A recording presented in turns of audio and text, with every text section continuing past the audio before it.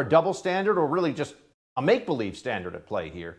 Joining me now is Jake Bequette. He's a former defensive end for the University of Arkansas Razorbacks and the New England Patriots. He's also running for Senate in the great state of Arkansas. Jake, thanks for being with us.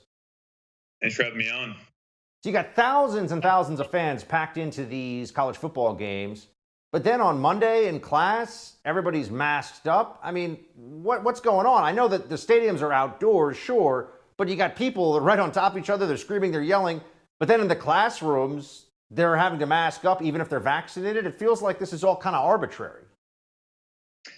Well, sure, it's all theater, and I think these policies that are put in place by these COVID tyrants all over the country, these packed college football stadiums show just how preposterous these policies truly are. I was in Fayetteville, Arkansas 2 weekends ago to watch the Arkansas Razorbacks beat the Texas Longhorns in front of a packed house of over 75,000 screaming fans, maskless fans, I might add. It was a great atmosphere. It was great to see everything coming together in Fayetteville, Arkansas for a great win for the Hogs. But it was ridiculous because a large proportion of those fans were students who are forcibly masked every day in class. They rush the field. I guess COVID doesn't take place on a football field on Saturday night. And then a large proportion of those fans, obviously, are people who are employed, who are under threat of losing their jobs for refusing COVID vaccine mandates or mask policies at their place of employment. I presume a lot of those screaming fans in college football stadiums across the country are people who have small children who are forcibly masked on airplanes, toddlers as young as 2 and 3 years old in public transit and elementary schools. It's just absolutely ridiculous. And I think these packed stadiums are truly an act of defiance from people all over the country who are sick and tired of these mandates. They're sick and tired of the hypocrisy. They're sick and tired of the tyranny, and they're not going to take it anymore. As Tom Petty would say, they're not backing down. How do you think this ends? I mean, is that essentially it? We have to just reach a point where we have more and more Americans who will find ways to non-comply with the dictates of Fauciism? Because it feels like even if someone's in a red state, say, where they believe there's some degree of freedom afforded them from the harshest and most arbitrary COVID mitigation policies, the federal government steps in. There's still the possibility of federal government mandates for travel on flights when it comes to the vaccine. So how do you think we finally end this madness? I think you'll have to see like-minded people band together in their places of employment, in their communities. It's going to happen. It's going to take an all-of government approach, all the above, local, state, and federal. But really, it has to happen at the grassroots. Look, really, these companies won't employ these mandates if they're under threat of losing 20, 30, 40% of their employees. These schools won't impose mandates if they're under threat of losing half their student body population.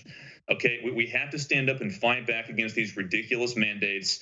Look, it takes all of us. We can't wait for someone to come in and save the day. Look, people have to step up in their communities. Of course, it takes Republican leaders and conservatives who are in government to stand up and speak out against this. But look, it's going to take every single person at all levels, local, county, state, and federal.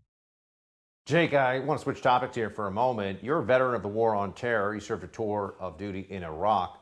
What do you make of the total lack of accountability you're seeing right now when it comes to senior leadership from the White House and in the military and our withdrawal from Afghanistan? Well, I come at this from the perspective of someone who not too long ago was an infantry platoon leader with the 101st Airborne Division. And I can tell you that as a junior officer, as a non-commissioned officer, as lower enlisted personnel, if you make one mistake, if you slip up just a little bit, you get fired and you lose pay and you lose rank. But apparently, as you go up the chain of command into the upper echelons of our military and civilian and political leadership, look, you can preside over the worst foreign policy debacle in recent American history that results in the death of 13 brave American servicemen, that results in losing $85 billion worth of equipment, material, combat aircraft, and weaponry to the Taliban. And you can keep your job. You can keep failing up. You can get a 3rd or 4th star. You can get a cushy seat on a corporate board, or you can find some sinecure position in the federal bureaucracy. But we have to get to a system, and this is one of the reasons why I'm running for Senate. We have to get to a system where we promote rapidly the people who are good in our military, and we fire rapidly the people who perform poorly. This failing upward system of just promote and promote and promote no matter what happens, it's absolutely failing. And we're seeing the consequences of that system in Afghanistan. I want to take a listen to something that DHS Secretary Mayorkas said yesterday and get your reaction. Of the over 60,000 individuals who've been brought into the United States, and I will give you approximate figures and I will verify them. Approximately 7% have been United States citizens. Approximately 6% have been lawful permanent residents. Approximately 3% have been individuals who are in receipt of their special immigrant visas.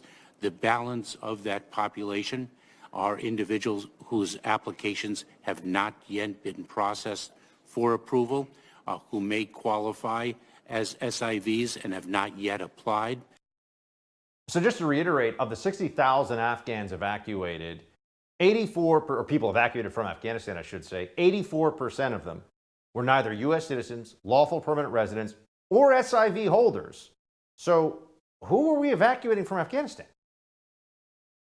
Well, it's clear the administration lied to us. Anyone who was paying attention as this unfolded knew what was happening. We were simply just scrambling and accepting pretty much anyone who walked up to the gates at HKIA Airport in Kabul and said they were an interpreter or they knew someone with the U.S. government, the U.S. military. And so we brought in tens of thousands, perhaps over 100,000 completely unvetted Afghan migrants. And now they are dispersed all over the country. Look, we have no idea who we let in. I've been speaking out about this since the very beginning. Look, we don't know who these people are. They should not be dispersed in the country. We have to keep track of them because, look, we were lied to. These people are not who they say they are in many cases. And the American people, look, the people who set immigration and refugee policy are the citizens of this republic, no one else. And the American citizens have demanded through federal immigration law that we properly vet all migrants and refugees. The Biden administration is in violation of that law. Really appreciate you being with us, Jake. Good to talk to you again.